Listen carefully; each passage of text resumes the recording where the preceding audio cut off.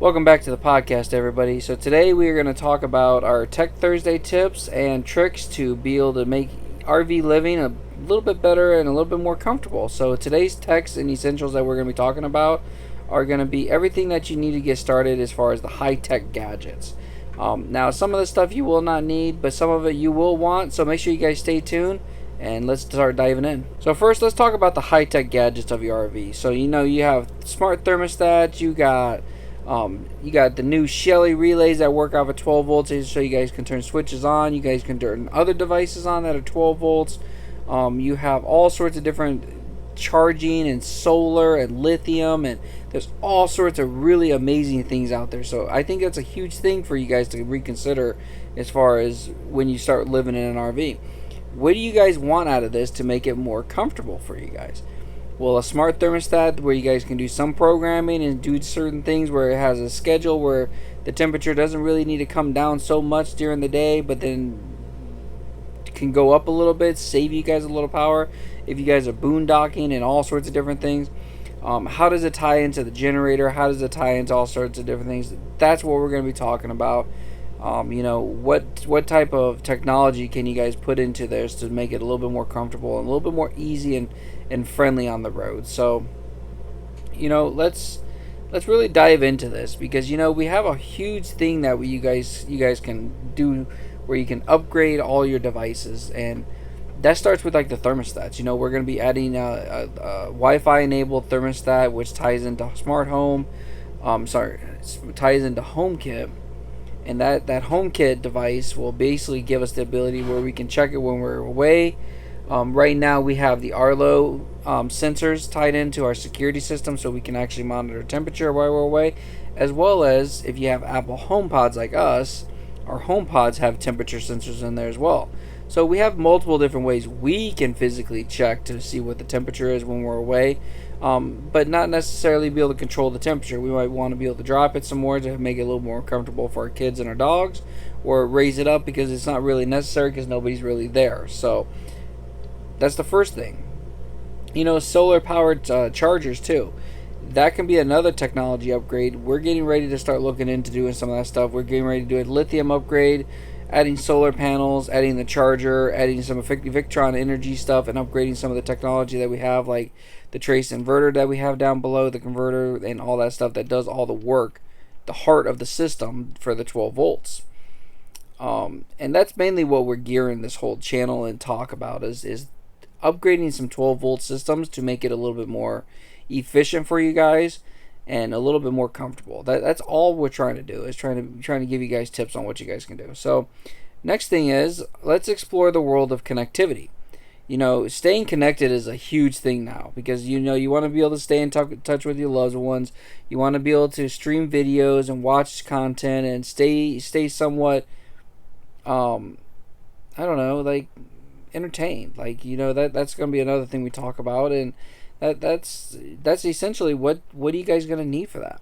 How's your cell phone service? Everybody in the country pretty much has a cell phone now. So how is your cell phone coverage in the area that you're at? Good, bad. If it's bad, maybe you should look into another technology like a Starlink. Starlink's really good because it does work in remote areas. For the most part, priority data is not there unless you really absolutely need it, but for the most part, it does work pretty good. There are some flaws, but we'll talk about that in a different session as far as the things we like and don't like about Starlink. I don't want to get into it with this one. We're more geared towards talking about the different things that you guys can do to upgrade. So how are you guys going to stay connected? If you guys working remote, or if you're a digital nomad where you basically are working remote, traveling all over, doing that kind of stuff, or if you're working the 9 to 5, if you still do work from at home sometimes and still need to go into the office, how are you guys going to have some sort of connectivity and then entertainment for your kids as far as streaming, watching TV, doing all that kind of stuff? So like here we have the Starlink system and we have AT&T as a cellular backup. For the most part, we've had to fail over to the cellular backup a few times. It works really good.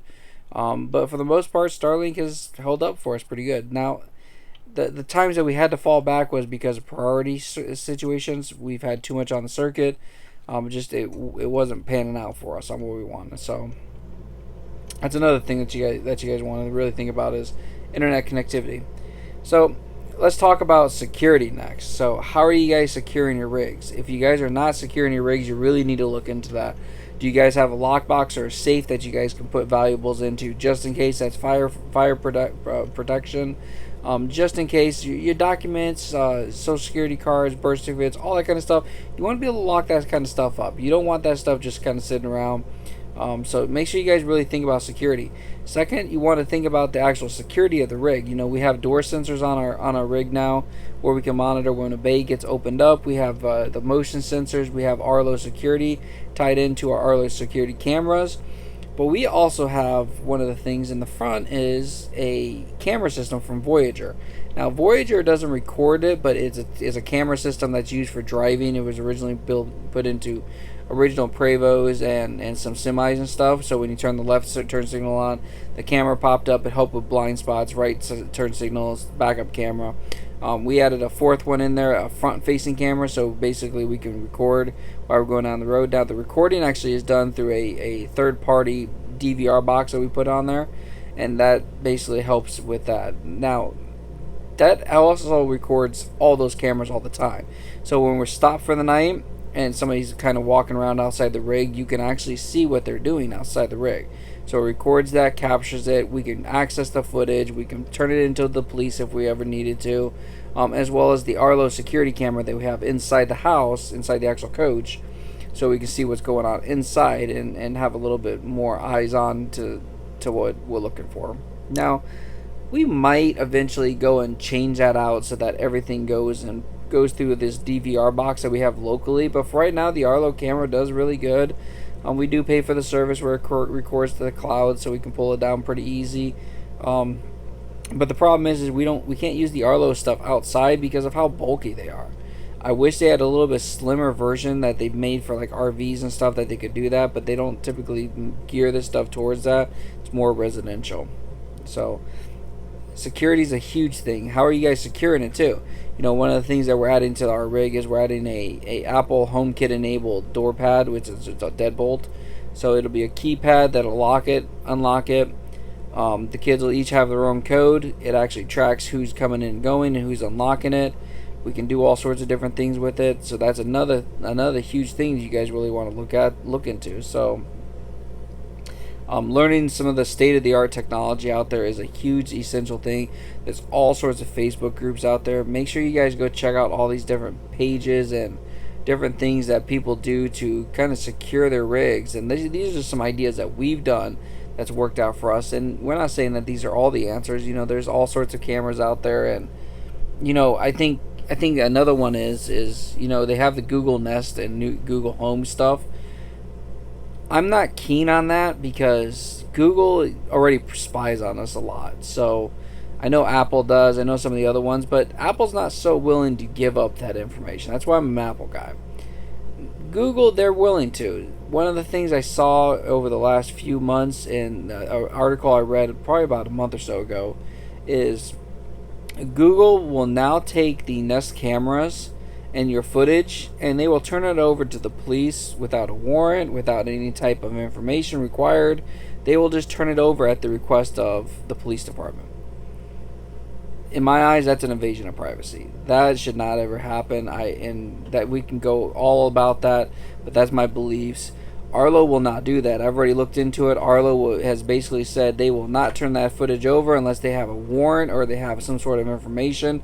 That's your private data that they're actually turning over. So that should be a lot of alarming stuff. And that all ties into the reason why I'm saying that is it ties into your security. Do you want people to be able to just turn that stuff over and basically have that data and that information and your footage and all that kind of stuff? In my eyes, I say no. So make sure you guys have a good, safe avenue for security, and make sure you guys keep it so that you have a good peace of mind. So just food for thought. Moving through this too is, what do you guys do for entertainment? Most everybody enjoys when they go camping. They enjoy the campfires, but you can't do it every night. You do get bored. You do want to find something better to do, or something just to kind of take your mind off of some of the other stuff. But for us, when you have a rainy day or you can't go outside or it's extremely hot, if you guys aren't chasing the weather and doing that kind of stuff and you have certain reasons you have to be inside, how are you guys staying entertained? That ties into the whole next thing that we have. We have a smart TV. Excuse me. I'll have to cut that out. So we have the smart TV. We have some other stuff that ties into this. And as you guys know, we are a tech family. I do IT for a living. So we've tied it in where we have Starlink, we have AT&T. We can basically stream movies and do whatever we want to pretty much wherever we go, as long as we have power. But we have diesel, we have the diesel generator, we have the engine, we have all sorts of different things that charge the 12-volt batteries, which is a huge thing for us, because once we change them to lithium and add some solar, then we can really try to get more off grid and go less dependent of power from the pole. So, do you guys have portable projectors that you guys have? We don't have that. I have looked into it, like a blow-up screen, so we can go outside, have a portable projector, kind of hang out outside, watch some movies. We have some entertainment where we watch some different shows and stuff, and as a family, we have our tablets. We do some games, not a lot, but we do some. So what are some of the different things that you guys have for entertainment? Because that's going to be a huge thing for your technology side as far as what you want to tie into it. For us, with the TVs and stuff, you're going to need to be able to have internet connectivity, which goes back to the original one. How are you guys going to stay connected to the internet? So all these kind of tie all together as far as how you guys stay entertained, how you guys manage some of your downtime, your free time. So, one of the other things too is a lot of people don't talk about it is what apps are people using out there. We have a couple different ones that we use from overlanding, like the Dirt and Seeker, and some of the other ones from Van Life. There is one of them out there, Harvest Host. That's a website out there that you can go get. They have different promotions that you can do. Thousand Trails has an app out there as well too for some campgrounds. There's all sorts of different ones. RV Lifestyle Podcast actually talks a lot about that kind of stuff, and if you guys have not checked them out, make sure you check them out. They have all sorts of different avenues as far as different applications that you guys can use. So we're going to dive more into those applications as we start using them and start kind of seeing what works for us, because we are somewhat seasoned RVers, but we still have a lot to learn. As I think a lot of people do, even seasoned ones still have a lot to learn as far as different things with RVs, as technology changes and the rigs change and the different things come out as far as what you guys can do. So, with us, for our technology, we want to be able to tie everything into the 12 volts, because that's what most everything's going to charge off of. If you set your rig up so you have 12 volt panels up on the top, you can basically downstep it if they are higher voltage ones, but traditionally you want to try to stick to the 12 volt ones up on the roof. Bring them down to your battery bank. Day like today where it's mostly sunny, we do have some rain going on, but for the most part, if it's mostly sunny, you're going to be getting a good energy charge, and then most everything will be able to run off the batteries and the solar power during the day. So solar panels so the solar panels during the day will be able to top off all the batteries, keep them charged up, run some electronics, and then at night the battery power will be able to actually take over. You'll be able to run some electronics, still be able to boondock. One thing that we're going to look into is some of these air conditionings.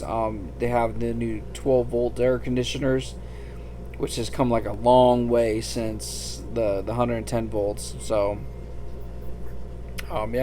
I think a huge thing too is, you really need to think about what you guys are going to be doing out on the road, because at the end of the day, it doesn't matter how much I tell you guys what we do or how much anybody else will tell you on these podcasts, or if you're watching this on YouTube or whatever. Ultimately, it's going to be what you guys decide that you guys want to do, because you guys have to find the different things. All we can do is give you guys the tools and the tips as far as to try to help you guys out. So this is just kind of a shorter podcast. We didn't go full out with like usually the half hour that we go, but that is it for today. We'll talk a little bit more about some of this as we go along. I know a lot of people have a lot of questions about Starlink and my 12-volt conversion. We did just post a video. Check it out on the YouTube channel. It is there, and yeah. So I think that's a huge thing, is to just basically plan for what you guys want. Ask questions. Don't be scared to. There's all sorts of Facebook groups out there that you guys can join and get all sorts of information. I am on most of those Facebook groups where I'm putting some of this tech out there and talking about the different things that you guys can do. So that's pretty much going to wrap it up for our Tech Talk Thursday. You know, we talked a lot about different things that you guys can do for your technology, for your rig.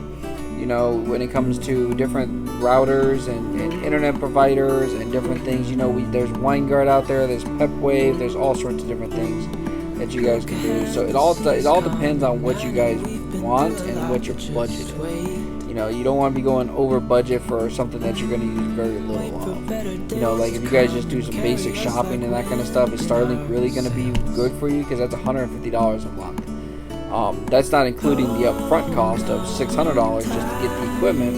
And if you guys convert it to 12 volt, that's probably going to be another $150 a month, just to not even put it in motion, just to basically use it. So you got to really think about the cost and the budget, because when it comes to that kind of stuff, is the juice worth the squeeze on what you guys are looking for? So, you know, hope you guys like it. Hope these Tech Talk Thursdays that we're bringing out are really helpful for you, most people getting started, and they're finding that they're useful tips and tricks that you guys can use to start getting motivated to get out there and do different things with your rig and whatnot. So thanks for watching. We'll see you next time. 7 years now on this boat, and we all